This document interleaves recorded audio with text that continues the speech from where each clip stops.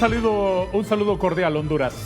Sinceramente, para nosotros es un honor que ustedes nos permitan acompañarles todos los días en nuestra jornada de reflexión, de periodismo de opinión, de interpretación de nuestro entorno por medio de la pantalla luminosa de Televisión Azteca. Gracias por ser nuestros compañeros de diálogo en estas reflexiones que proponemos en cada jornada. Muchas gracias, de verdad. Hace algunas horas, el gobierno anunció un plan en contra del crimen. Con esos nombres así esperpénticos que anuncian los gobiernos, las políticas y la coordinación de distintas instituciones, acciones, procedimientos en contra de algún objetivo.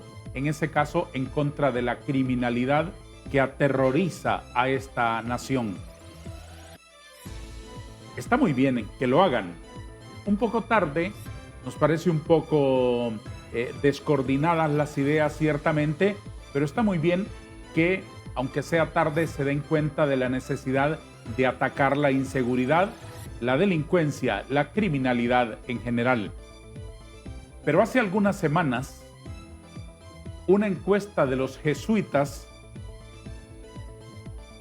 puso en evidencia que por durísima que sea la criminalidad, que por durísimo que sea el ambiente de inseguridad que abate a los hondureños, en el orden de prioridades, de los pesares juntos, que diría el poeta, en el orden de los dolores sociales, lo que más le preocupa al hondureño es el desempleo.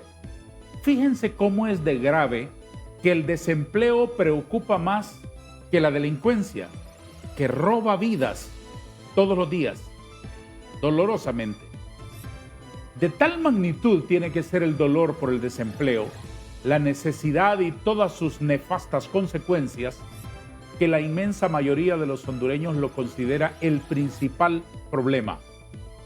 Pues entonces, no se necesita ser un erudito para determinar que si hay en las políticas públicas, por lo menos anunciada, una intención de un plan, de ejecutar un plan en contra del crimen y de la inseguridad, viene siendo también urgentísimo un plan en contra del desempleo, un plan por el empleo. ¿Qué hay del empleo y de la inversión? Hay muchas cifras que hay que revisar para darnos cuenta en detalle de la necesidad de generar empleo impostergablemente en Honduras. Sobre todo en estos tiempos, antes de que se calienten mucho más los motores de la propaganda política, tiempos en los cuales se pierde la lucidez ciertamente y los gobiernos se enfocan en otras cosas. La necesidad de empleo y de inversión es nuestro tema que proponemos a ustedes hoy en nuestro foro. Vamos a conversar con varios líderes de cámaras de comercio e industrias de varios departamentos de Honduras para recoger cuáles son sus reflexiones sobre este asunto. Y aquí en el estudio he de conversar con dos distinguidas personalidades. El director de políticas económicas del Consejo Hondureño de la Empresa Privada, el eminente economista don Santiago Herrera, y el también prestigioso economista don Martín Barahona se encuentra con nosotros en el plató. Señor Herrera, gracias por estar con nosotros esta mañana. Muchas gracias, Darío, por su invitación. Un saludo para mi estimado amigo don Martín Barahona y en particular para el público que le hace el honor de verlo todas las mañanas a su tan gustado programa. Le agradezco mucho, don Santiago. Don Martín Barahona, gracias por estar aquí de nuevo. Gracias a usted, don Darío, por la invitación y por buenos días a todo el público. También es un gusto para mí estar con el colega y amigo Santiago Herrera. Así que vamos a hablar sobre ese tema tan crucial para cualquier país. Y para le agradezco mucho a ambos. ¿Coinciden ustedes con mi reflexión que está bien que el gobierno plantee un plan en contra del crimen, pero también es urgentísimo en Honduras, hace mucho tiempo lo es, un plan en contra del desempleo? Por supuesto que sí. Y aunque como usted lo dijo y coincidimos totalmente, aunque tarde, pero como se dice popularmente, más vale tarde que nunca. Ahora bien, el comenzar tarde ya implica de que hubo un tiempo que se perdió y que ya difícilmente este gobierno al menos lo va a recuperar.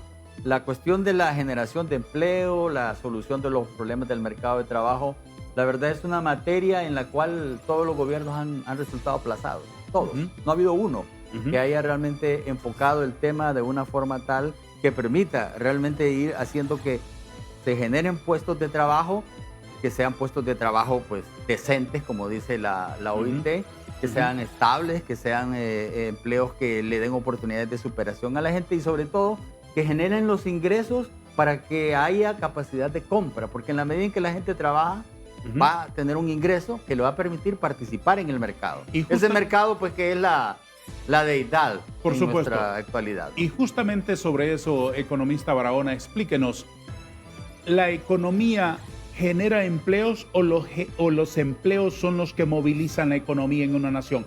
¿Cómo funciona ese bucle?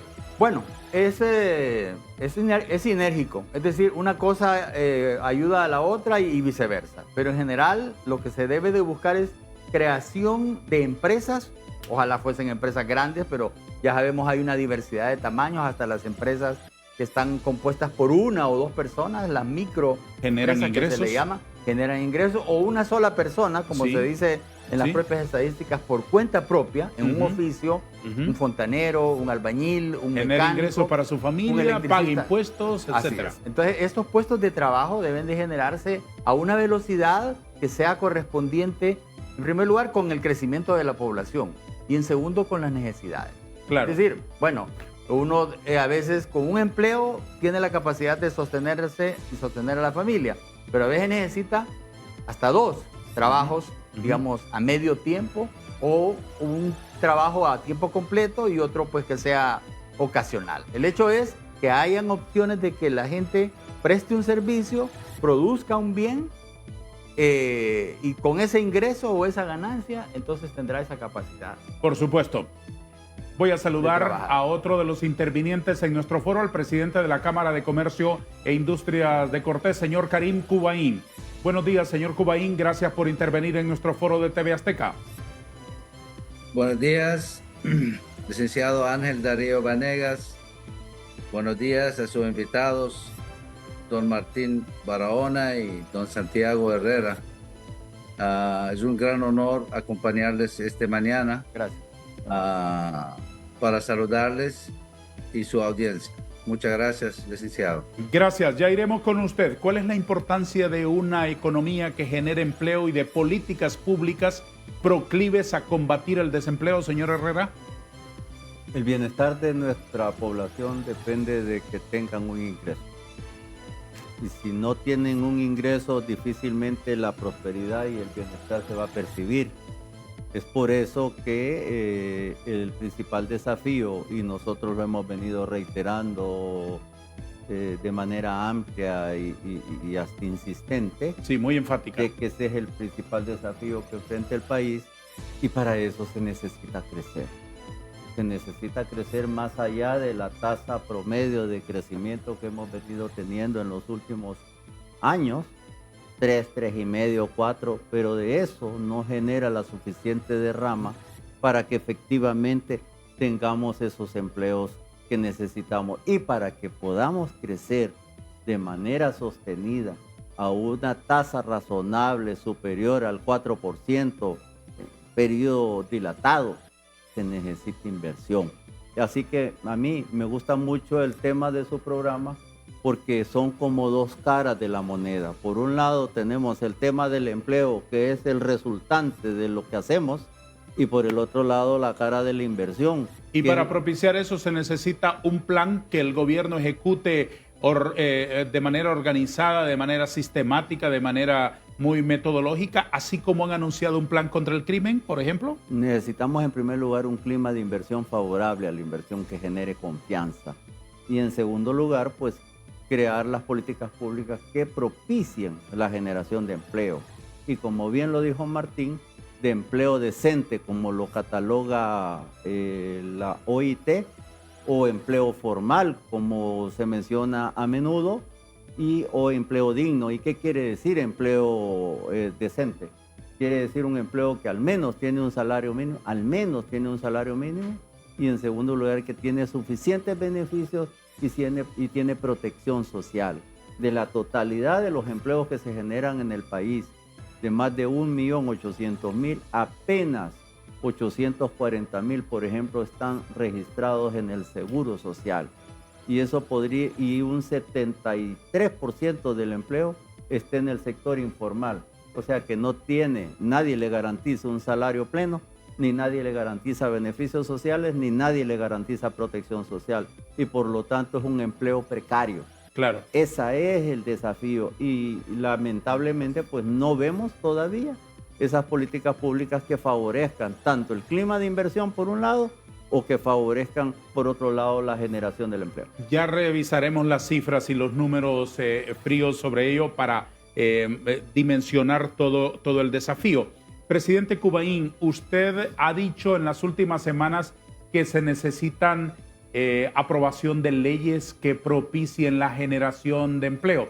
¿Estaba queriendo usted referirse a la necesidad de un plan integral para generar empleo en Honduras por parte del gobierno? Licenciado Vanegas y su audiencia, cualquier enfermedad que tenga ser humano, igual un país, necesita saber las razones y también necesita saber qué recetar para curarse de eso. El país, el problema origina principalmente de la desintegración social, la inmigración ilegal que deja a las familias solas, la madre soltera queda sola, los hijos quedan solas y peor cuando están ambos padres, no están. Los hijos no hay que criarlos con los valores y con las disciplinas que necesita para ser activo en la sociedad. Sí. Ahí también viene el otro efecto, donde nosotros vemos eso y nadie toma acción. Por eso yo soy muy creyente de la ley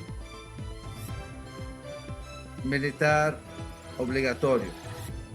Por el asunto que es, si no hay nadie de la familia que pueda encargar de los hijos, el gobierno tiene que tomarlo.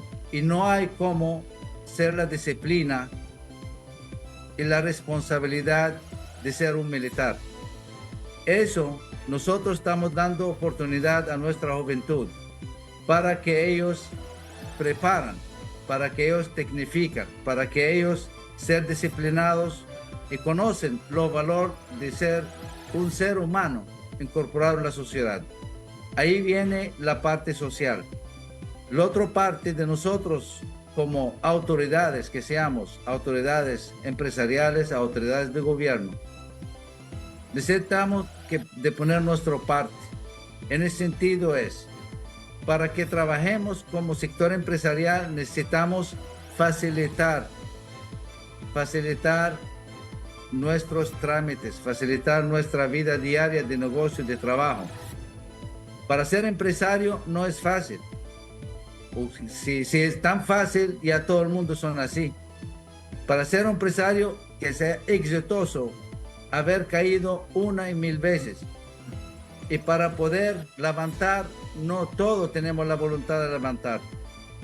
Por eso nosotros creamos con el diálogo que hemos abierto con nuestro gobierno, con todas las autoridades ejecutiva y legislativa. ¿Qué les piden ustedes concretamente? La que necesitamos trabajar juntos para buscar las mejores maneras para que puede fomentar la inversión. ¿Qué respuesta han encontrado, señor Cubain? Seguridad personal y jurídica es muy importante para que uno pueda invertir. ¿Qué respuesta han encontrado en el gobierno ante sus peticiones, señor Cubain? Que hemos recibido como autoridad empresarial, generalmente en todo el país, es acercamiento total con nuestras autoridades. Lo han abierto las puertas a nosotros, lo han abierto puertas a todo el gremio empresarial para que trabajemos con un fin, el bienestar del país, el social y económico. Y por eso nosotros estamos muy agradecidos de esa apertura Y con eso estamos en comunicación prácticamente diaria con todos los actores del parte gubernamental, buscando soluciones de los problemas que está actualmente. Vamos a ver algunas cifras concretas del mercado laboral aquí en la pantalla para que ustedes puedan comentarnos y explicarnos adecuadamente cuál es el panorama que vive la sociedad hondureña en términos de el mercado laboral. ¿Qué quiere decirnos sobre la fuerza de trabajo en Honduras del 22, del 23 y el panorama de la actualidad, señor Herrera? Bueno, este es el primer problema que tiene la sociedad hondureña. Siempre hemos dicho que el principal capital que tiene un país, una empresa, es su gente. Es su gente, el Sí, capital humano. Así es. Pero usted puede ver ahí, fuerza de trabajo es lo que antes le llamábamos la población económicamente activa. Ya no se le dice así, se llama fuerza de trabajo. En 2020, el INE hizo un cambio metodológico que reveló la reducción de la fuerza de trabajo, pero de 2020 para acá, y como puede ver ahí, casi 100,000 personas menos. Antes decíamos, Darío, la población está creciendo y los jóvenes que se insertan al mercado laboral andan entre 125,000 y 150,000 al año. Y se generan oportunidades unas 80,000 al año. Eso decíamos antes. Creo que esa cifra de 150,000 es conservadora. Pero yo ahora creo que están llegando más. Pero ahora es ya decir, no. es cuántos hondureños cumplen 18 años cada año. No, por ahí anda. Pero ahí anda. Esa cifra es... Pero ya no podemos decir eso, porque como usted puede ver, fuerza de trabajo la estamos perdiendo. Puede ser que la mayor explicación sea la migración. Puede ser que la mayor explicación. Sí, pero no es que es un círculo. ¿Por qué migran? Ah, bueno. Ahí hay problemas de trabajo. Ahí no hay oportunidades. Ya veremos si Exacto. llegamos a una lámina que tengo por ahí, cómo, por ejemplo, el tema de las remesas ha venido sustituyendo la generación de oportunidades en el país, y eso es brutal. Ese es el total del empleo. En Y el vean, 2023 el total de hondureños que tienen un trabajo ascendió a 3.6 millones. En la fuerza de trabajo. Y fíjense lo que decía Martín hace un momento, 1.1 trabajan por cuenta propia. Y esos, la mayor parte, son empleos informales. ¿Cómo se distribuye esa cifra de 3.639.092 hondureños que están trabajando? 1.8 son empleados asalariados y 1.1 son cuenta propia, que viven por la libre, a lo que salga. Y eso no representa ningún tipo de beneficios de carácter social más que el ingreso, y tampoco significa protección social. Y le voy a dar un dato adicional, Darío. Resulta que en los últimos datos que nos presentó el INE y la Secretaría de Trabajo cuando se negociaba lo del salario mínimo, nos decían que en la familia hondureña estaba conformada por un poquito más de 4 hondureños, no 5, ya no 5. Se ha reducido el tamaño de la familia. Promedio. Que en promedio la familia tenía hasta 2 salarios. Pero no son los familiones de antes, ¿no? Pero en una encuesta... Bueno, hoy siempre hay familiones. En una encuesta que el Banco Central publicó sobre el tema de las remesas, nos dio un dato brutal. Aunque suene bien, es una tragedia. ¿En qué consistía? Que el 40% de las familias hondureñas solo dependen del ingreso de la remesa. 40%. 40%. Eso lo dice un dato publicado por el mismo Banco Central en su informe sobre las remesas, el último. ¿Y por qué digo que es una tragedia? Porque nosotros quisiéramos tener a esos hondureños en nuestra patria debidamente empleados, trabajando con un salario digno, con protección social, y no allá afuera con una familia desintegrada, por supuesto, como lo decía ¿cuánto dolor hay detrás de cada dólar? Exactamente. De las remesas. Separación, dolor y otras cosas de por medio. Así es. ¿Qué representan esos datos para una economía en términos de salud? Por ejemplo, ¿cuál es la salud de una economía en la cual el 50%, aproximadamente, la mitad son empleados del sector privado y la otra mitad son cuentapropistas, como les dicen en La Habana? Sí. Voy a recoger su opinión después de una pausa, si me lo permite, porque tenemos que cumplir con nuestros compromisos. Prohibido olvidar.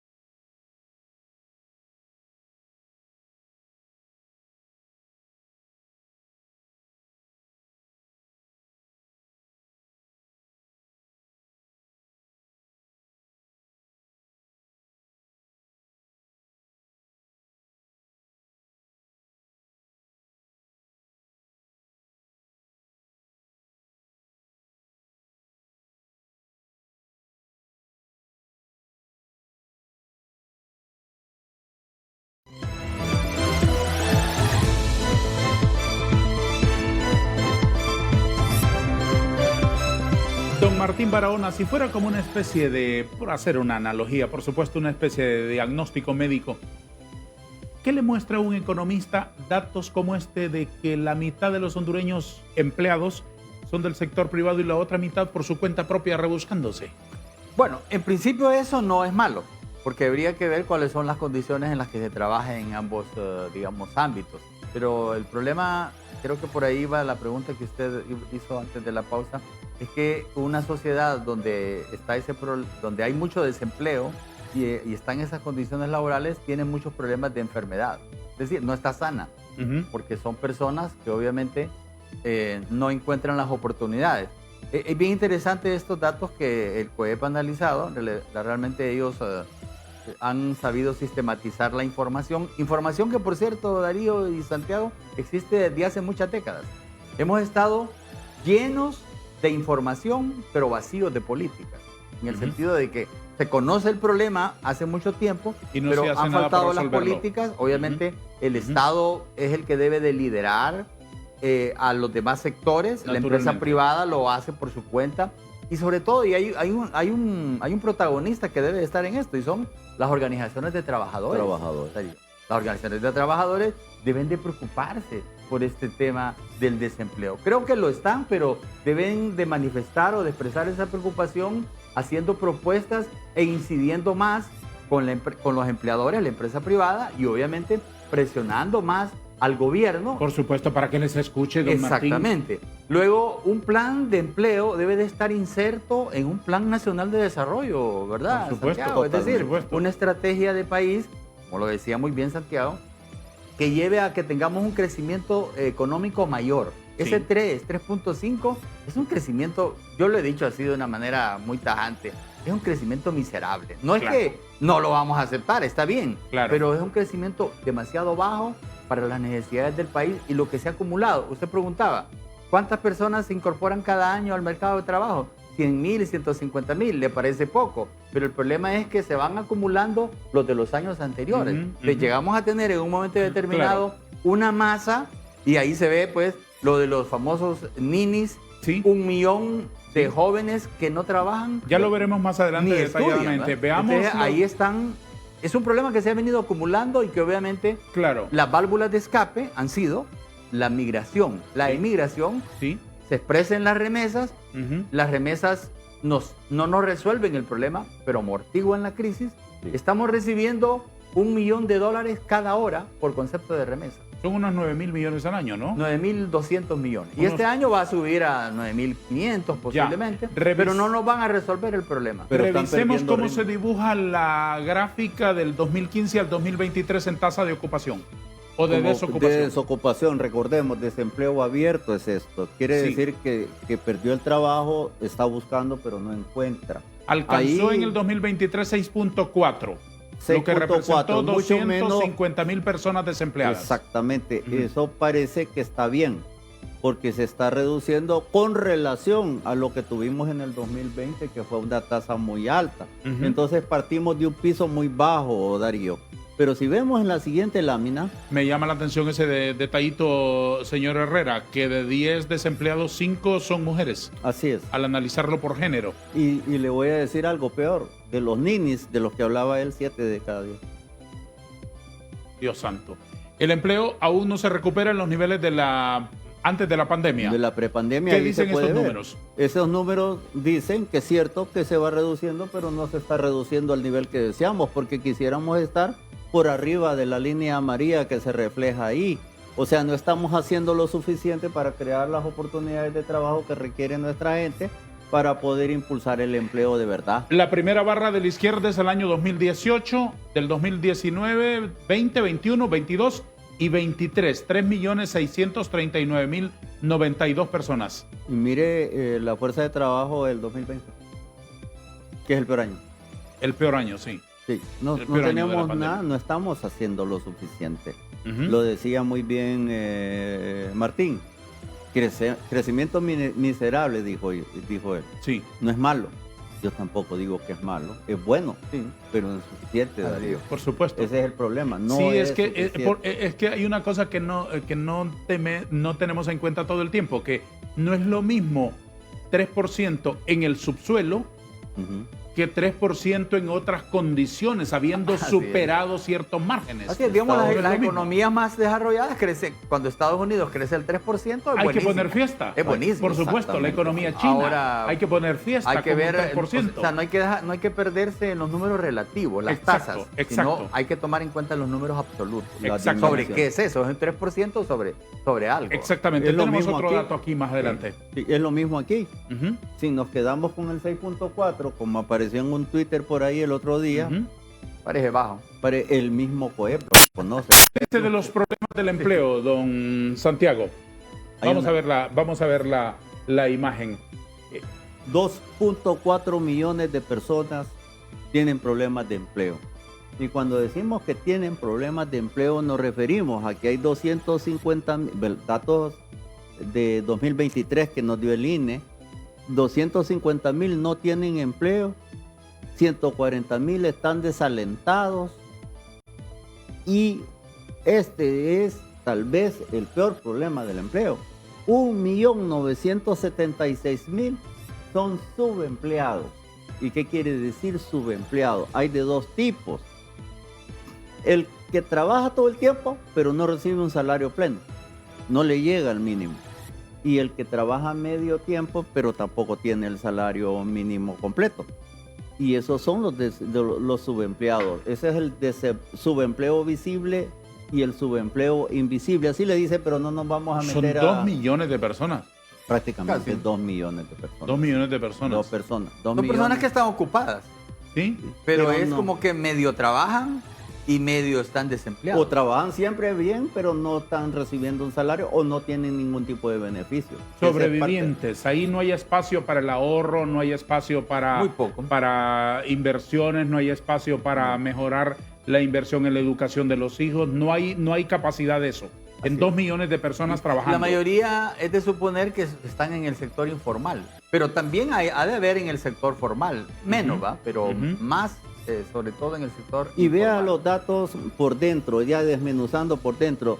De esos personas con problemas de empleo, 917,000 son jóvenes, entre 19 y 25 años. ¿Verdad? Y el otro tipo, las mujeres. El 78% de los hombres participan del mercado laboral, pero apenas el 43% de las mujeres participan del mercado laboral.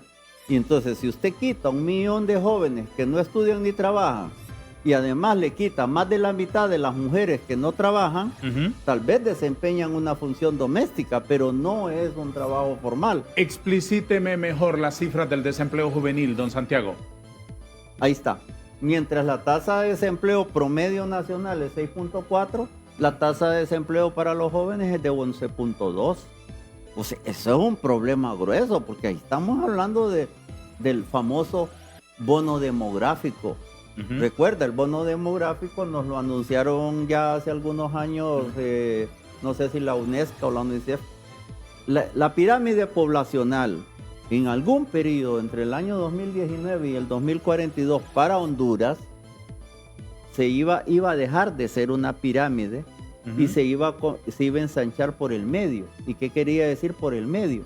Que la población joven se iba a hacer muy grande versus los niños que están naciendo, porque la tasa de natalidad ha bajado sustancialmente, Ujú. y de la población adulta mayor. Ujú. Entonces esa población joven debidamente calificada con las competencias del caso En y con plena capacidad de producir, con todo el vigor de la con alto juventud. nivel de productividad nos Sí. estaría generando entre 1.2 y 1.5% de crecimiento anual adicional a lo que Ujú. ya tenemos. Sin Ujú. embargo, si esa gente no estudia, no trabaja y no tiene oportunidades y se ensancha la bomba, entonces en vez de tener un bono demográfico, podríamos decir, Darío, y dada la polarización de nuestra sociedad y que se acentúa más en periodos electorales, en vez de un bono tenemos una bomba social, porque eso nos puede exacerbar la crisis en la calle, Darío. Ujú. Y eso es lo que tenemos que cuidar. Nosotros deberíamos de estar trabajando, y ahí viene el tema de las políticas públicas,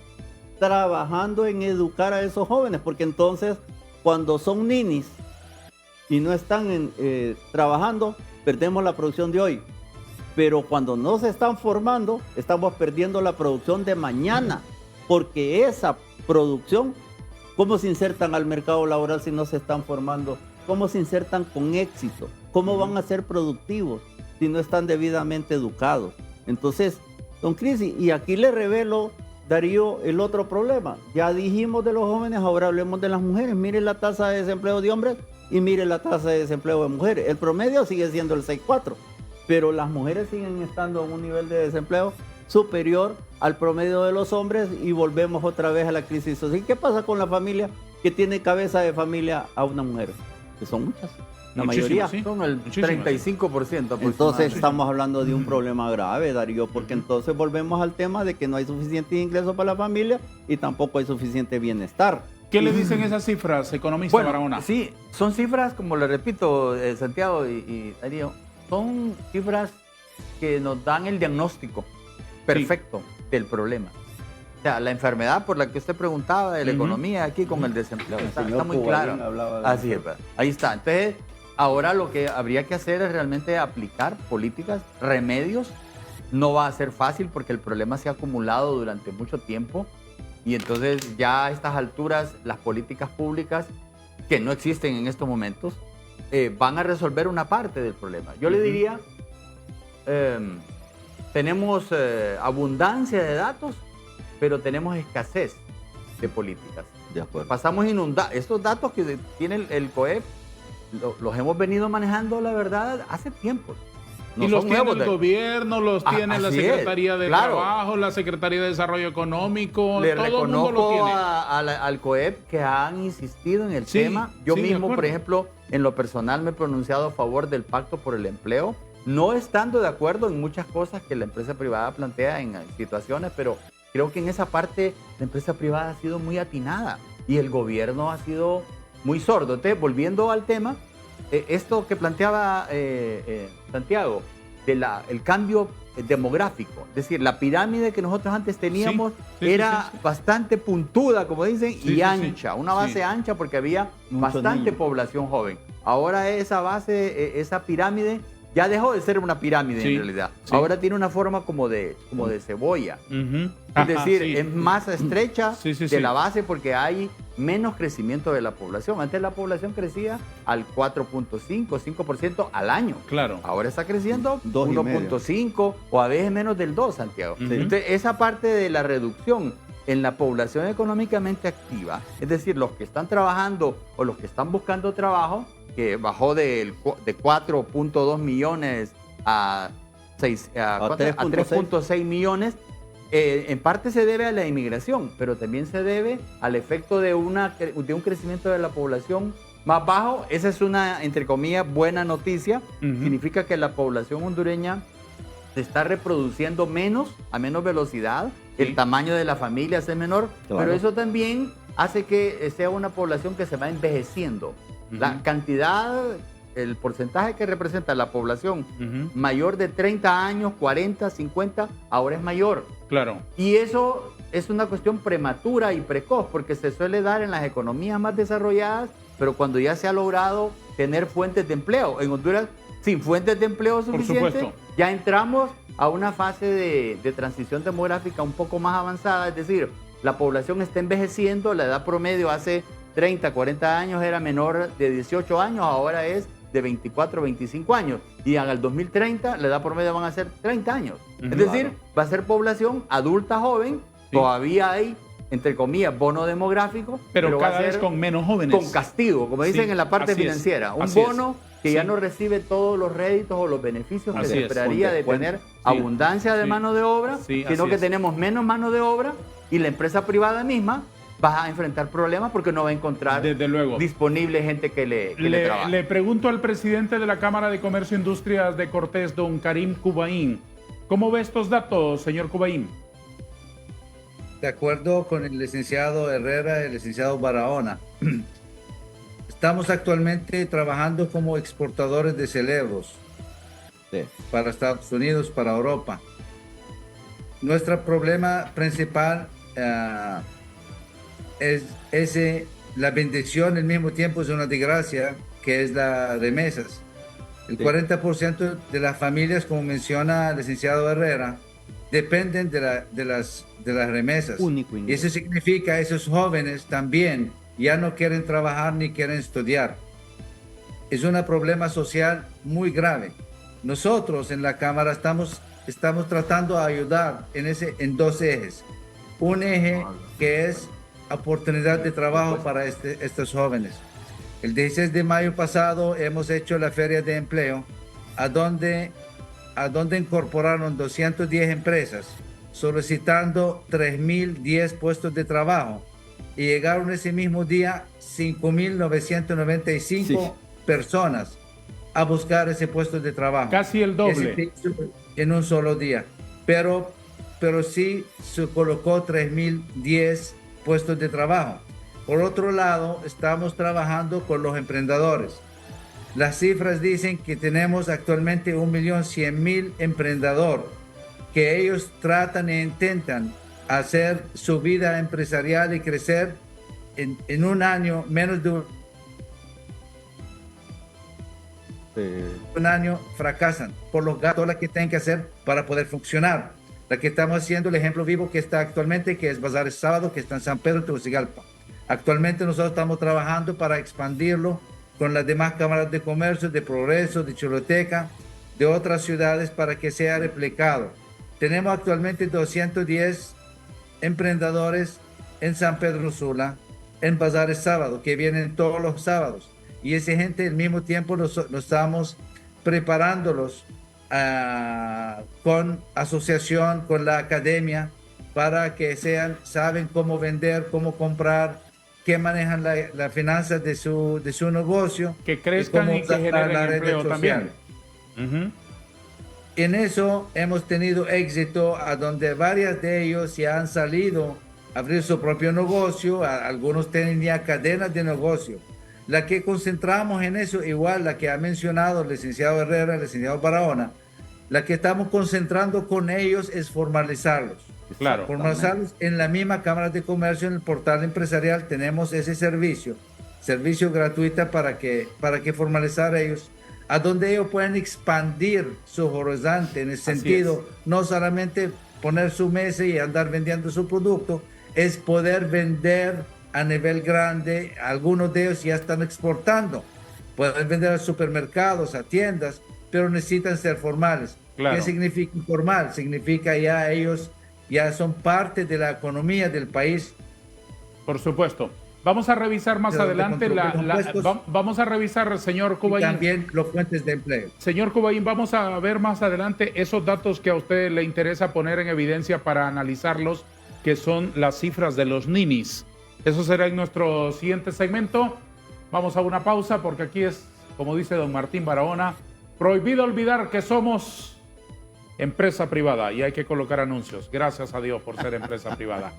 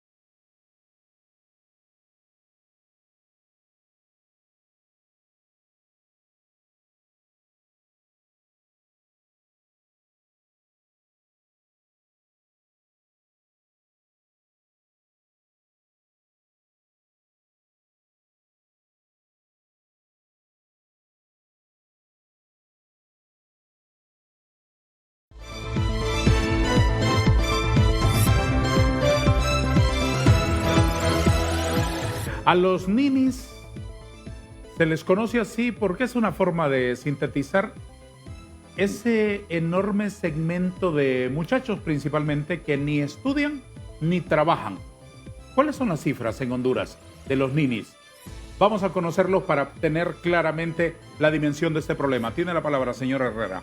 Sí, ahí pueden ver que estamos hablando de casi 1 millón de gente. Jóvenes entre 19 y 25 años que no trabajan ni estudian. Y como dije hace un rato, sacrifican la producción de hoy, pero también la del futuro, porque tampoco se están formando para insertarse con éxito en el mercado laboral en el futuro. Claro, al no estudiar no están capacitándose para mañana. Para mañana.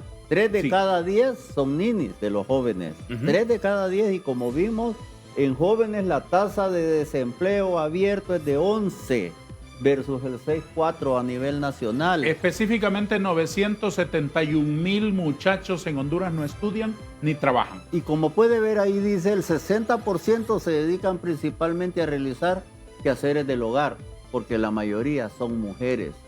El 35% de los ninis son jóvenes discapacitados, es muy poquito. Pero el 69% de los niños cuentan con solo educación primaria y el 56% viven en zonas rurales. Esto es un poquito de desagregación del tema de ninis. Entonces, jóvenes, baja educación, sector rural, mujeres. ¿Te puedo agregar algo ahí, Santiago? Porque ese es un dato, con solo ese dato debería de encender las alarmas. Así es. Porque es así como Y lo dijo movernos Santiago, a la acción, es una bomba, don ¿va? Martín. Así es una bomba, ¿va? Porque Como lo todos dijimos, esos jóvenes que ni estudian ni trabajan, solo son 2 variables ahí. Hay algunos que buscan trabajo, son los que aparecen en la tasa de desempleo. Exactamente. Pero hay otros que ni siquiera buscan, porque como lo dijo Santiago, hay una categoría que se llama el desempleo oculto entre los inactivos. Es decir, aquellas personas que no trabajan, tampoco buscan trabajo. Y al no buscar trabajo, quedan fuera estadísticamente de la población económicamente activa. Se convierten en inactivos. Y eso está oculto, porque ya la estadística lo ignora, lo oculta. Entonces, a mí me da mucha preocupación porque con ese juego de las iniciales, ¿va? De las sílabas, ni, pero van a ver, si le agregamos una ni, 3 ni, porque pudiera ser, ni trabaja, ni estudia, ni va a votar.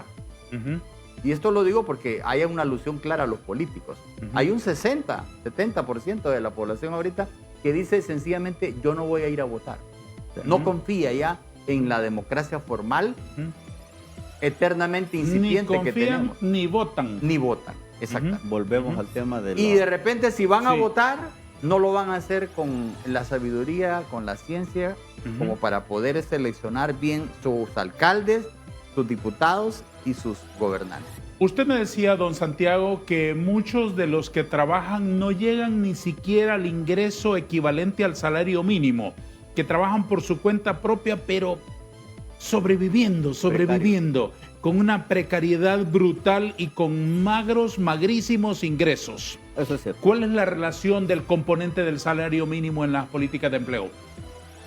Hay un nivel de incumplimiento, como se le dice, sobre todo en las micro y pequeñas empresas que no llegan a pagar el salario mínimo.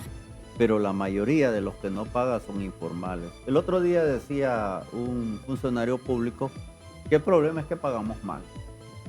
Y ¿En qué sentido? O sea, que las empresas no pagamos bien. Eso lo dijo en un programa un ministro. Pero yo quería revelar esto porque fíjese, Darío, que en un mercado, todos los mercados, no importa si es de dinero, si es de divisas, si es de productos o si es de empleo, hay 2 variables. Y nosotros los economistas siempre hacemos el cuadrante, ¿verdad, Martín? Por un lado, Cartesiano. la cantidad y por el otro lado, el precio. Pues en el mercado laboral la cantidad es el empleo y el precio es el salario. Y entonces uno dice, ¿y pagamos mal en Honduras? El salario mínimo, como se revela ahí, don Darío, En este dato de la región. de la región, ve a Costa Rica. No estamos hablando de la misma fuerza de trabajo. Mientras nosotros estamos hablando de la gente que apenas llega a la primaria, los ticos están entre secundaria y universidad. Y el tipo de industria que se ha desarrollado allá Mucho es más exigente. mucho más exigente por esa razón. Y por supuesto el salario mínimo es mucho más alto. Claro, Pero demanda otras capacidades, etcétera. Panamá, que es una economía dolarizada, Es la segunda barra, Panamá. y Honduras es la tercera barra, pero más alta que el resto de Centroamérica, solo por debajo de Costa Rica. Y esa línea roja que está por arriba, don Darío, es muy importante, porque esas es las cargas colaterales, las cargas laborales. Los costos. Estamos hablando del 13º, del 14º, de las Seguridad social. vacaciones, de la seguridad social, del INPOP. Que en el caso de Honduras se Vacaciones. elevan notablemente. Casi por cada lempira que pagamos en salario, hay que pagar 73 centavos en todo lo demás. Entonces somos el país más alto de Centroamérica en cargas laborales. O sea, que es más caro generar un puesto de empleo en Honduras que en toda la región centroamericana. Sí, excepto Costa Rica. Porque incluso mire que Panamá, aunque tiene un salario alto, mire su carga, su carga laboral colateral apenas del 44%. Por supuesto. Mientras que nosotros, incluso 73%. con eso, con la última reforma del RAP y Ujú. la última reforma del Seguro Social, la que acaba de pasar hace 2 o 3 semanas en el Congreso, se activa ese porcentaje casi en un 5%. ¿Qué ajustes debe hacer el gobierno para equilibrar estos costos para generar un puesto de empleo, don Martín? Bueno, en principio el que Honduras tenga un salario que esté mejor que Guatemala, que México, que República Dominicana, es positivo. El problema es que se tiene que evaluar la capacidad económica de las empresas. Exactamente. Y luego tienen que haber políticas públicas que permitan a estas empresas tener ciertos alivios en la tributación. Exactamente. Y algunos ingresos, ¿cómo le podemos? Ingreso social. Es decir, que el Estado tendría que apoyar más a la fuerza de trabajo para que estas cargas no vayan solamente sobre los patronos. ¿A qué se refiere concretamente? Que debería el Estado, por ejemplo, de invertir más en seguridad social, en la protección social, que es el concepto amplio. Ujú. Digamos, gran parte del gasto público que se hace en Honduras es de baja calidad. ¿Qué quiero decir con esto? Que, digamos, se dice que se apoya a la gente, pero mucho gasto corriente. Tiene que haber una mayor inversión pública que permita, por ejemplo, crear un ambiente de negocios mayor para que las empresas puedan crecer de una manera más rápida. ¿Va? Decir, digamos, en Honduras, ¿cuántas empresas se crean al año? No tengo una estadística tan precisa, pero ha de ser un número bien pequeño. Y hay que generar, digamos, condiciones para que haya más crecimiento de empresas, y no estoy hablando solamente de empresas grandes, Y no, que no demoren. empresas medianas, Claro, empresas pequeñas incluso, claro, que puedan, digamos, ir generando puestos de trabajo, sí. utilizar, y aquí hay un concepto, Santiago, que tú lo has de conocer muy bien, que es el de la producción potencial. Es decir, Honduras está creciendo al 3%, 3.5%, pero el potencial de Honduras es para 2 o 3 veces más que eso. Ujú. Estamos hablando de crecer al 6, 7%, o incluso Sostenidamente durante al mucho 10%, tiempo. claro, Ujú. pero con un crecimiento también que genere distribución de la riqueza Equidad. y distribución, Equidad. digamos, del capital. Ujú. Y eso obedece a una estrategia. Digamos, lo que se ha buscado hacer en la parte fiscal. Está bien, pero es que hay que distribuir la riqueza desde el punto de vista de lo que es quiénes son los que deben de pagar, tributarle al Estado. Y Ujú. también algo importante que incluso no está en esa ley ahorita que se va a discutir, Ujú. lo de la Ujú. ley de justicia tributaria, que es Ujú. cómo el Estado usa esos recursos que capta Ujú. de los contribuyentes de mayor capacidad económica o incluso de los pobres, pero lo utiliza de una manera eficiente. Por Lo supuesto. saca de la economía, pero Claro. lo tiene que reinyectar, Exactamente. generando mayor ambiente de negocios para todos. Obviamente van a haber empresas grandes que lo van a aprovechar porque tienen Claro, de más mejor manera, información, más pero capacidad. también las empresas pequeñas Sí. tendrían que tener ahí una participación generando puestos de trabajo a mayor velocidad, y obviamente las personas que trabajan tendrán entonces más capacidad de compra. El mercado interno que Honduras tiene es demasiado pequeño. Eso Ujú. es una cuestión estructural. Hace que las empresas no tengan suficientes clientes. Economía de Porque, escala. claro, es una Precisamente, economía muy precisamente, reducida. Precisamente, sobre eso quiero proponerles un enfoque. Toda esta discusión la sostenemos en un escenario de pobreza brutal. De eso estamos hablando, porque el empleo tiene una de sus principales consecuencias, una de las principales virtudes del empleo es la disminución de la pobreza. Ya lo decían ustedes, familias que ni siquiera tienen un salario mínimo como ingreso mensual. No digamos 2, no digamos 3, no digamos cifras ideales para la dignidad de una familia, para no entrar en mayores detalles.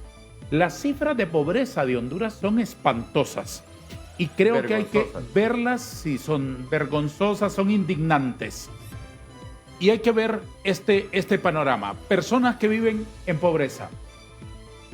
2.163.665 hondureños en pobreza relativa y 4.410.528 en pobreza extrema. Casi 7 de cada 10 hondureños viven en hogares en pobreza y de estos 4 viven en hogares en pobreza extrema. ¿Qué le dicen esos datos a usted? Bueno, el mercado de trabajo está estrechamente ligado con la situación de la pobreza de la gente y también con la desigualdad. Pobreza y desigualdad no son lo mismo, pero están vinculados. Entonces tiene que haber una estrategia nacional de desarrollo que reduzca esos problemas. En primera instancia, como cuando es un problema tan grande, es imposible decir que se va a reducir. Hay que estabilizarlo, hay que controlarlo, como cuando alguien está enfermo, ¿no? Bueno, claro, tiene este problema, claro, primero que se estabilice, la emergencia, que no siga creciendo la el emergencia, problema. sí. Pero después de que se estabiliza, claro, hay que empezar a aplicar tratamientos que le vayan reduciéndole el malestar hasta que se sana la persona. Igual en la economía, ahorita altos porcentajes de pobreza, aunque el gobierno dijo el año pasado, no recuerdo ya, que dijo que se había reducido, ¿no? Pero es la misma pobreza que hemos tenido siempre, ya sea 64%. Sí, este señor del INE. O ya sea 75%, siempre es un porcentaje. Vive diciendo que aquí se reduce la pobreza de manera velocísima. Todos los gobiernos lo han dicho. Sí, todos los gobiernos lo dicen. Es decir, la mayoría de ellos. ¿Va? ¿Qué me dice usted, don Santiago, de estos dos factores, de la pobreza relativa y de la pobreza extrema, que son, como diría don Martín, dos demonios del mismo infierno? El resultado de todo lo que acabamos de ver, como bien lo describe Martín, de los problemas del empleo y de los problemas de ingreso de la familia, se traducen en este resultado. Que por ahí nos diga un funcionario que no, que esos datos son excesivos, que son 64, pero por favor, más de 6 de cada 10 hondureños pobres siempre es grave. Es grave. Y que más de 4 hondureños de esos 6 sean extremadamente pobres, es todavía más grave. ¿Y qué quiere decir? En términos de ingresos, significa que en una economía de ingresos medios bajos como Honduras, significa que una persona es pobre cuando vive con menos de $5 al día. Y es extremadamente pobre cuando vive con menos de $2 al día. Y eso es en una economía de ingresos medios bajos. Cuando usan otro enfoque que le llaman multidimensional de la pobreza, don Darío, se refiere a carencias. Les dicen, hay 10 cosas que debería tener una persona que no vive en pobreza. Tiene techo, tiene paredes, tiene piso, tiene agua, tiene luz, tiene telefonía, tiene servicios básicos. Cuando le faltan 7 de los 10, es extremadamente pobre. Cuando le faltan 5, es pobre, digamos, por decirlo así. Y eso quiere decir que tenemos a bastante gente ahí. Ese cuadro de que aparece ahí, don Darío, es que el problema es que eso de los ninis, que volvamos un poquito ahí, ese gap lo teníamos antes de la pandemia. Ya teníamos una crisis en el empleo, pero viene la pandemia y brutalmente significa una disrupción y la tecnología de la información se nos impone y viene y nos empieza a perfilar el nuevo perfil del hondureño que requiere el mercado laboral. Y internacionalmente nos dicen que la inteligencia artificial está caminando más rápidamente, que nos está sustituyendo mano de obra. Que necesitamos a los jóvenes formarlos en esta materia si es que quieren trabajar, que la mayoría de los jóvenes prefieren trabajar híbrido, una parte presencial, otra parte en su casa, ¿verdad? Que las mujeres se pueden insertar con mayor facilidad a este mercado de trabajo porque pueden hacer cosas desde su casa. De esa nueva naturaleza del empleo estamos.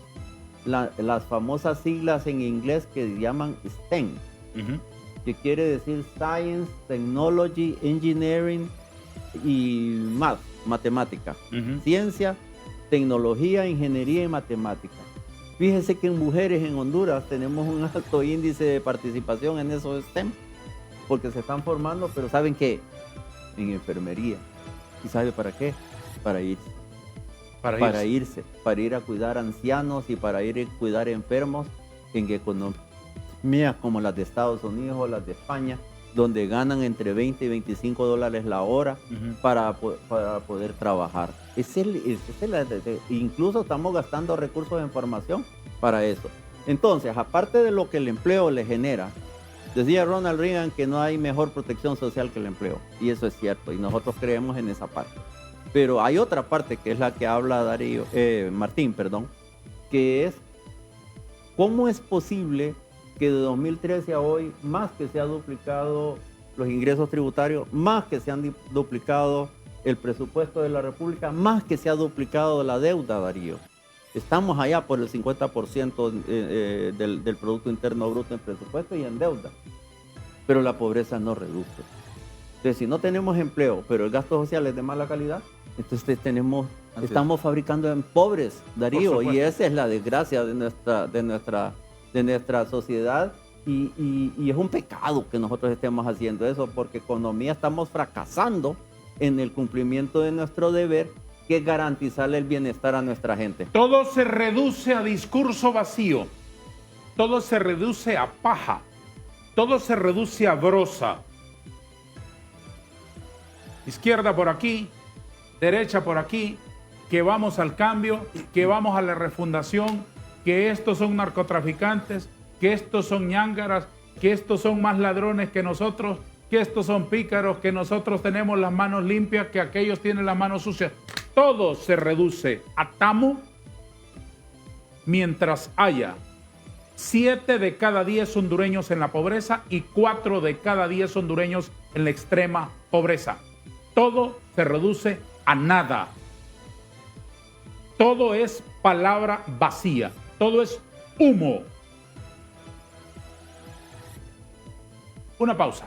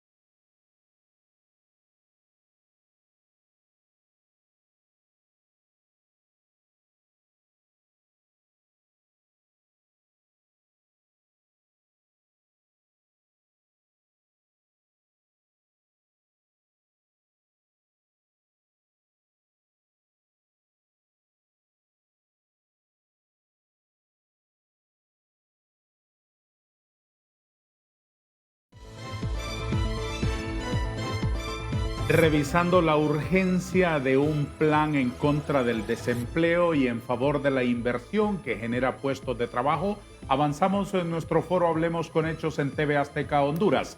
Y vamos a darle el espacio para una última reflexión al señor presidente de la Cámara de Comercio e Industrias de Cortés, don Karim Kubain.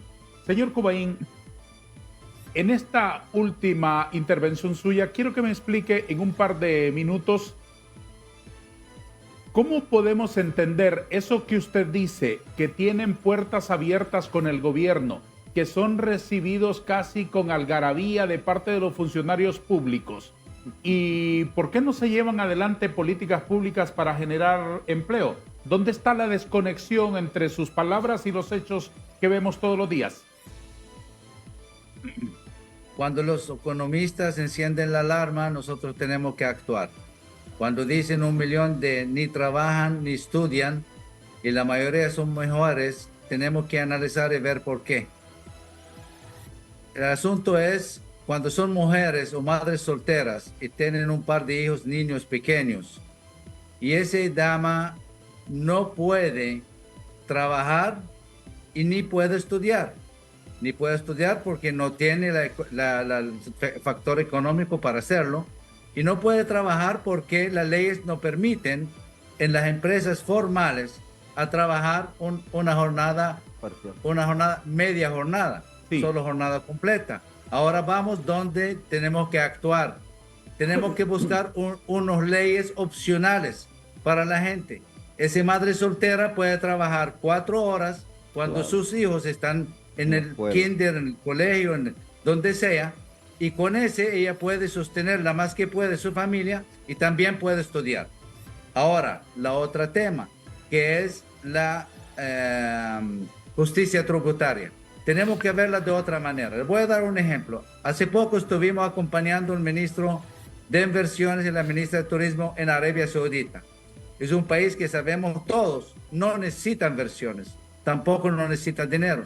Pero ¿sabe qué hacen? Ellos tienen un plan para captar inversiones de todo el mundo con unas facilidades para 30 años. Además, dan una visa de oro, tenés todos los derechos de uno de Saudi Arabia menos votar. Ellos han puesto una meta al año 2016 para que tengan para el 2030 100,000 turistas. Ellos lo cumplieron esa meta el año pasado. Ahora tienen la meta nueva que es 105 millones de turistas para el 2030. Ahora, lo que tenemos que hacer es tomar acciones. Nosotros cuando el gobierno toma decisiones a que salimos afuera a buscar inversionistas, es una buena señal. Y que ser acompañados con la empresa privada es una señal mucho mejor. Porque el gobierno son los ingenieros, son los que estudian economía, los que estudian maestría, los ministros, los que tienen toda la preparación académica. Pero ¿quién hace el trabajo? ¿Quién sabe hacer trabajo? Somos nosotros los albañiles, donde nosotros podemos ver cómo hacer el trabajo de manera más correcta. Entonces, esa cooperación, acercamiento al gobierno es algo muy positivo que no hemos tenido los últimos 2 años. Estamos empezando a ver los frutos. ¿Qué saben ustedes los empresarios, presidente hemos hablado con Congreso Nacional sobre el tema de ley opcional de trabajo. Presidente Kubain, ¿qué saben ustedes sobre la ley ¿qué saben ustedes sobre las reformas tributarias en el Congreso? ¿Conocen el dictamen? No. No lo han presentado, pero sí hemos tenido la confirmación que han tomado más de 20 cambios en la ley original, tomando en cuenta todas las recomendaciones, posibilidades o soluciones que han ofrecido la Cámara de Comercio de Cortés, el COEP y otras instituciones. Esperamos ver eso, porque esa es la promesa que hemos recibido del presidente de la comisión, que es el doctor Hugo Nova Pino, que yo confío mucho en él. Yo confío mucho en el amor que tiene para Honduras y su pueblo. Y lo han tomado, lo han aceptado a nosotros y han recibido todas nuestras opiniones, y él estaba apuntando uno por una. Y yo creo que ese acercamiento con el gobierno va a cambiar muchas cosas, porque un solo humano no puede aplaudir. ¿Sabe eso, licenciado? Usted sabe muy bien. Tenemos que trabajar juntos con una sola meta, un solo frente, el amor para Honduras y su pueblo, y ver cómo salimos de ese hoyo que estamos actualmente, de la divorcio que ha tenido la sociedad. Con ese acercamiento que tenemos, esperamos también el COEP tener acercamiento con el gobierno nuestro. Yo creo con la buena fe que quieren hacer la cosa bien y nosotros también queremos hacer la cosa bien. Señor presidente, finalice dándome una cifra. Si usted fuera profesor y doña Xiomara Castro fuera su alumna en la clase de generación de empleo y políticas para inversión, de 1 a 10, ¿con cuánto la califica? Solo deme un número. Lo voy a decir, con mi entrevista con presidenta Xiomara, ella es la maestra, somos los alumnos. Nosotros tenemos que acercarnos para escucharnos. Ella sí sabe muchas cosas y han dirigido igual a nosotros. Ha escuchado. Para ser también un maestro, buen maestro, tiene que saber escuchar. Y han escuchado a nosotros y nos ha acercado igualmente al COEP, que es el máximo gremio empresarial aquí en nuestro país. Es una bendición, tenemos que aprovecharla, a trabajar juntos para el bien, sin buscar interés particular o interés personal. Tenemos que buscar el interés de Honduras y su pueblo y su gente. Y el gobierno hasta ahorita ha dado la señal, la bandera blanca para que nosotros trabajamos juntos y hemos empezado. Esperamos ya con nueva ley opcional de trabajo para dar oportunidad a la gente que tengan un trabajo digno, con salario digno, con las empresas formales. No critico la empresa informal o el negocio informal porque no lo tienen la capacidad de pagar que puede pagar una empresa formal. Pero sí tenemos que buscar siempre el lado positivo. Tenemos que ver el vaso medio lleno, no medio vacío. Está muy bien, pues. Está muy bien, pues. Pensando positivo, vamos a avanzar. Está muy bien, pues. ¿En cuánto califica la profesora Xiomara? De 1 a 10. Profesora Xiomara, con la actitud que ha tomado de acercarnos, yo califico con 10. Muchas gracias, presidente de la Cámara de Comercio e Industria de Cortés, don Karim Kubain. Gracias por su tiempo y su generosidad. Gracias, don Vanegas, gracias. Que Dios lo bendiga, que Dios lo bendiga con mucha prosperidad, el señor Kubain. Gracias. Gracias. ¿Ustedes la califican igual? ¿10 de 10? No. Yo le doy un 5. Y como en docencia el estudiante puede ir a pedir revisión del examen y calificación, que el profesor le explique por qué, a qué se debe su nota, dónde está su falla. Yo le diría, bueno, un 5% porque la inversión extranjera que está, según las cifras oficiales, en 1.000 millones. ¿5% o 5 de 10? 5 de 10. 5 de 10. 5 de 10. O sea, 50%. 50%. Sí. A mí no me vas a hacer esa pregunta. Yo le pongo un 50% y le explicaría por qué, con mucho respeto a la señora presidenta. Y voté por ella. Así que tengo derecho a reclamarle estas cosas. Y aunque no. Y aunque no hubiera votado. Aunque no venga usted aquí a establecer que solo los que votan por un presidente tienen derecho. Se convierten en presidentes de todos. Porque si solo fueran de los que votaron por ellas, entonces que solo los que votaron por ellas les paguen el salario. Correcto, así es. Incluso los que no fueron a votar. Los que piensan adelante, pues. No ir a votar. Adelante, no nos enredemos. Adelante. Okay. Entonces yo le diría, la inversión privada extranjera está según las cifras oficiales, en $1.000 millones. Ya veremos esos datos. Quizás esté en menos el flujo. Ya veremos esos el datos. año. Ajá. Eso debería ser 3 veces más. Primera debilidad, falta de promover la inversión pública. Está la inversión pública productiva, sin incluir eso de los bonos sociales. Sí, eso no es inversión pública. Son aproximadamente $1.000 millones, la inversión pública. Y la han mejorado en este gobierno, hay que reconocer, pero debería de ser 3 veces más. Inversión productiva, con obras de infraestructura, caminos, carreteras primarias, secundarias, represas, embalses, proyectos hidroeléctricos y de otras fuentes. Que reparten los diputados. Y la inversión privada nacional, que está en más o menos, Santiago me puede corregir ahí, pero entiendo, yo la he calculado más o menos en unos $5.000 millones. Obviamente es el sector que más tiene que tener participación, pero debería de estar en $10.000 millones. ¿Verdad? Entonces, con esas 3 rubros de inversión, privada nacional, privada o pública y privada extranjera, pues por eso en inversión yo le asignaría una calificación de 5 de 10 ¿A usted, al gobierno en ¿A usted le general. incomoda que yo le pregunte con cuánto califica el gobierno en políticas de generación de empleo e inversión? No, ¿No quiere opinar? no, sí puedo opinar. Sí. Dígalo con cuánto lo califica de 1 a 10. Yo no soy tan optimista como Martín ni como el señor Cubaín, porque él lo acaba de catalogar muy bien. En los 3 rubros de inversión donde deberíamos estar trabajando y para eso se necesitan políticas públicas, no las hay. Yo creo que ella tiene toda la buena intención, como lo dijo el señor Cubaín, pero no es el mismo discurso a nivel de las personas que están alrededor de ella en su gabinete, que no están haciendo eso. O sea, uno escucha a los funcionarios y dice, bueno, otra cosa, Entonces menos de 5. entonces menos de 5, sí, ¿4? sí, tal vez. Pero veamos, ¿por qué no hay Hablemos más de inversión? Hablemos de inversión. Las Ajá, invasiones son responsabilidad del gobierno controlarlas, ¿sí o no? Sí. de acuerdo. La energía es responsabilidad del gobierno controlarla. Tienen Sí. el monopolio, sí. La salud es responsabilidad del gobierno. Obligación constitucional. La educación es responsabilidad. Más obligación Y constitucional la todavía. seguridad es responsabilidad del gobierno. Más todavía. Bueno, si todos esos, en todos esos estamos aplazados, no estamos tan bien. Haciendo un promedio, Qué respuesta tan demoledora. Ángel Rubén Darío, Ajá. haciendo un promedio, la Haciendo presidenta un tiene como 6% de 10. A ver, Pues sí, porque ¿cómo no ven los 10 más 5 inversionistas más a nivel, 4? a nivel a nivel Pues sí, regional? es válido.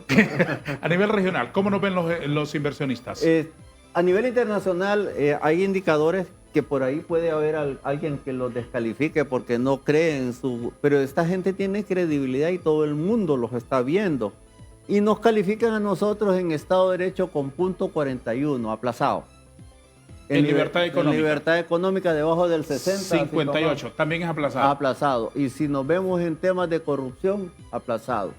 32, más que La mitad aplazado. de Y lo de Costa renunciando del Y CIADI. renunciando al CIADI no es certeza jurídica. Todos los demás países lo mantienen y nosotros no. La Y salida del CIADI ha sido un error. Eso Sí, es un yo error. eso lo he sostenido. Es un Sí, ha error sido un porque error. eso nos cataloga como que ya estamos confesando que no vamos a cumplir los Sí, compromisos, por cuando supuesto. deberíamos de estar en la seguridad Por supuesto. que sea quien nos evalúe, Por supuesto. tenemos la capacidad de cumplir con Discúlpenme, los señores, es compromisos. la última vez que interrumpo la plática. La última pausa de nuestro foro esta mañana.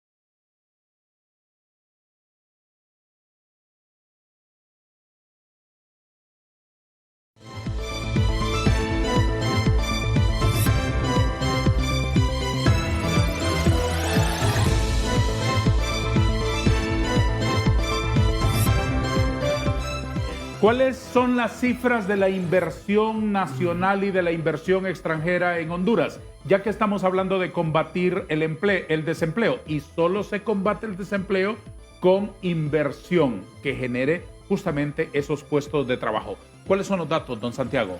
En ese gráfico que tienen a la vista los televidentes pueden ver que la línea azul es la inversión privada, y en esa inversión privada están incluidas la inversión de los nacionales, que representan el 90% de esa inversión, y el 10% es inversión extranjera directa. La privada es la línea azul que va aquí, Sí, desde el 2018 hasta el 2023. Y la amarilla es la inversión del gobierno. Este es el dato del 23. Sí. Pero en esa inversión privada, pública que aparece ahí del gobierno, debe de considerar que una buena parte es gasto social o inversión social. Esta es la línea. No es inversión productiva, pero además no se mueve en relación al tamaño del gobierno, y además su nivel de ejecución es muy bajo. Son 30.889 Ha mejorado, ¿verdad? La millones. inversión pública. Sí, ha Eso mejorado. de reconocerlo, pero muy poco. Muy poco. Muy poco. Entonces, la inversión y el crecimiento, como lo describió de una manera sabia Martí, depende de la inversión. Sí, porque él está diferenciando muy él bien dijo- inversión productiva. Él dijo, yo quiero 3 veces la de los privados, quiero 3 veces la del gobierno, pero inversión productiva. Y quiero 3 veces el nivel de inversión extranjera directa. Veamos la inversión extranjera directa, entonces. Ahí está Veamos sumado en la de arriba. la cifra. Pero en la de arriba están sumados los... Sí, ahí está. no, ahí Aquí está está. más, sí, específicamente sí, la está inversión solo ahí. extranjera en Honduras. Pero nunca hemos vuelto siquiera a aspirar a la de 2017, que es todavía bastante baja. En los 2020, Así es. 2019 cayó brutalmente. Así es. Ha empezado a levantar, pero aquí tengamos cuidado en ese 1076 que aparece ahí. Millones de dólares, ¿no? Sí, el 85%, si no me equivoco, Es reinversión. es reinversión de Fíjate utilidades. que sobre eso yo quisiera hacer un comentario. Dije, no es malo que las ganancias que la empresa privada No extranjera se vayan, obtienen, sino que se queden aquí exactamente. para seguir Porque moviéndolo. ¿qué ocurre? En la balanza de pagos, Darío Ajá, y sí. Santiago, Sí. aparece un rubro en la balanza de rentas, que le llaman, sobre todo después de la de bienes y de servicios. Sí. En la balanza de renta aparece como que se va una gran cantidad de dinero que los inversionistas extranjeros han obtenido en Honduras. Repatria. Y exactamente, no lo reinvierten, sino que se lo llevan. Entonces, cuando se queda una parte, es positivo. Obviamente, yo entiendo el razonamiento de que deberíamos de estar buscando inversiones nuevas. Y es precisamente lo que está diciendo Así usted. es. Usted Y que ahí No, yo ahí reinvertir no es para poner fiesta. No Bueno, solo- pero es bueno, pero no solo debería haber eso, no inversión solo eso, nueva también. sino que en el año 2023 tenemos un fenómeno particular. Cuando uno va por el detalle de las inversiones, hay un porcentaje significativo que es negativo. Los flujos de capital nuevo está en una cifra negativa, 176 si no me equivoco. Se están retirando. Se están retirando. Entonces esa reinversión aparente es una presa de dividendos no pagados por dificultades de dólares. Ujú. Yo he hablado con Sí. las tal vez 5 Que corporaciones grandes. Ganaron que el dinero en la Empiras, pero no lo no pueden lo sacar. pueden sacar. Porque en la Empiras no les sirve de nada. Es una cifra un poquito artificial o ficticia que no Ujú. nos da. O sea, no es que sea mala, no estoy diciendo mala. Por Lo que supuesto. estoy diciendo es que efectivamente no son inversiones que están generando empleo. Por supuesto. Se quedaron por ahí, pero no. Solo tenemos unos minutos para recomendaciones, para reflexiones finales. ¿Qué se debe hacer en Honduras para tener políticas públicas que favorezcan la generación de empleo y la inversión, señor Barahona? En primer lugar, tener claro que las políticas, que el empleo debe de ser una de las variables fundamentales Sí, ahí. que guíe el accionar de los gobiernos. Y las políticas de empleo que en Honduras no han existido así de una manera sistemática deben de tener el mismo peso que tienen las políticas fiscales y las políticas monetarias. Es decir, Ay. lo monetario y lo fiscal es tan importante para los gobiernos, le dan tanta prioridad. Este gobierno también, a pesar de que se dicen de que no son neoliberales y todo, pero siguen aplicando el mismo modelo porque no pareciera que no hay otras opciones, aunque el discurso sea por otro lado. Pero las políticas de empleo deben de tener, insisto, el mismo peso, la misma preponderancia de las políticas macroeconómicas en materia fiscal y en materia monetaria. Es decir, estar al mismo nivel para que lo fiscal, lo monetario, vaya ligado al tema de creación de fuentes de trabajo. Coadyuvantes. Y pongo el siguiente ejemplo. La Reserva Federal de los Estados Unidos ahorita no ha bajado la tasa de interés porque está esperando que las cifras de desempleo muestren que la economía está bien. Es decir, el empleo es el punto de referencia para las decisiones económicas de un país como Estados Unidos y Europa también. Por supuesto. En Honduras, aún con nuestras limitaciones, debemos de tener parámetros similares. El empleo debería de ser la referencia para que decidamos qué hacemos pues, con la política fiscal, qué hacemos con la política monetaria, ¿verdad? Y Por ahí, supuesto, obviamente, las demás políticas tendrán que contribuir a que haya pues, un ambiente de mayor crecimiento económico real y obviamente mayor generación de puestos de trabajo. Una última gráfica que ilustra la captación de inversión extranjera en la región, don Santiago. Sí, el otro día escuché a alguien, un funcionario de alto vuelo, diciendo que desmitifiquemos un poquito el tema de la importancia de la inversión extranjera. ¿Y eso? Los economistas, cuando hablamos de inversión, hablamos de ahorro. Y cuando hablamos de inversión, el ahorro principalmente es el ahorro nacional. Claro. Pero cuando no hay suficiente ahorro nacional, sea por razones privadas o razones públicas, la inversión extranjera complementa. Y vea a nuestros competidores. Y eso dice la Constitución de la República. Vea a los más cercanos de aquí. México, Centroamérica y República Dominicana. Nosotros estamos prácticamente solo por encima de El Salvador en el año anterior, que El Salvador va a repuntar este año producto de las nuevas políticas de incentivos que generó el presidente Bukele, sobre todo para empresas tecnológicas.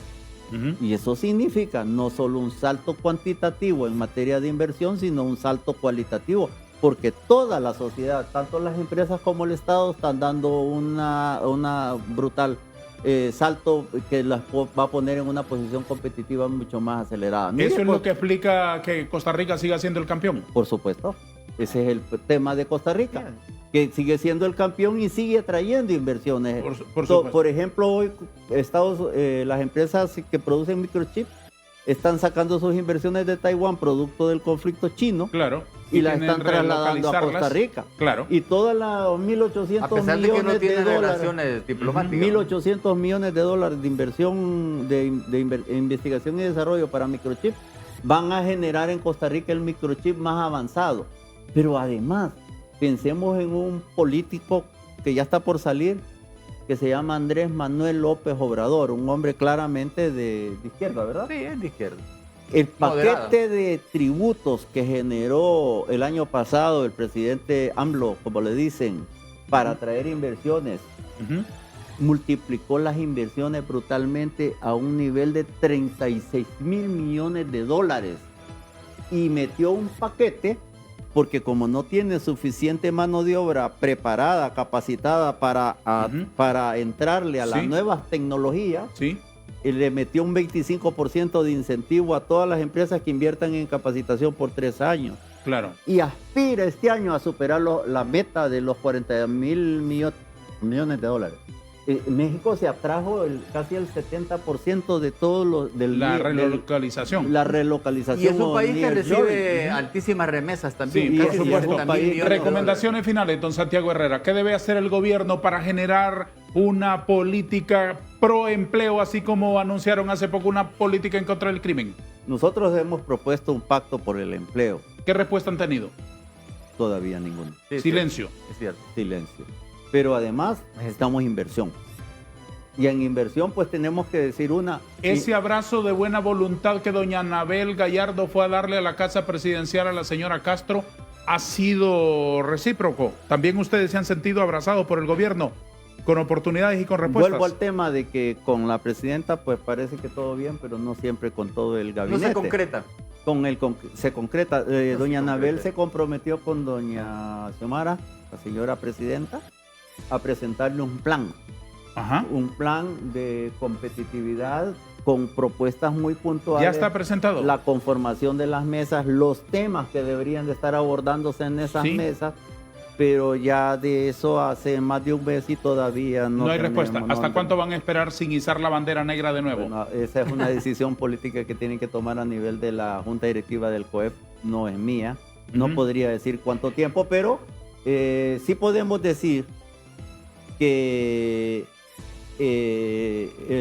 las circunstancias que acabamos de diagnosticar muy bien con Martín, viendo cifras y con usted comentando, y con el señor Cubay, nos impone. La nos urgencia. impone la urgencia, sí. nos impone Sí, por seriedad, supuesto. franqueza, Por supuesto. responsabilidad Así y es. sobre todo oportunidad, Sí. porque estamos tarde y Estamos tenemos tarde. que trabajar ya. Y así con hemos los dicho ciclos que con los que se trabaja aquí, que son ciclos de 4 años, inventando el país cada 4 años, ya este gobierno ya está por Ya se encender, sí, ya se fue, porque ahora se encienden todas las pitoretas de la política, entonces ya no hay concentración ni ánimo de enfocarse en estos Pero la asuntos agenda de vitales. inversión y de empleo no puede estar sujeta No, a la por agenda supuesto, política. por Tiene supuesto. que ser de largo De plazo. todos modos, el gobierno tiene que aprovechar los pocos meses que le quedan para hacer Sí. un replanteamiento. Les agradezco, señores. Don Santiago Herrera, director de Políticas Económicas del Consejo Hondureño de la Empresa Privada, el presidente de la Cámara de Comercio e Industrias de Cortés, don Karim Cubaín, y el eminente economista, don Martín Barahona, han compartido aquí sus reflexiones que acompañamos desde esta casa de televisión. Urge un plan por el empleo. Urge atender este asunto que es, en la lista de las preocupaciones de los hondureños, la número 1. Urge un plan para fomentar la inversión. Por Honduras, por supuesto, por su presente y por su futuro. A todos gracias. Adiós.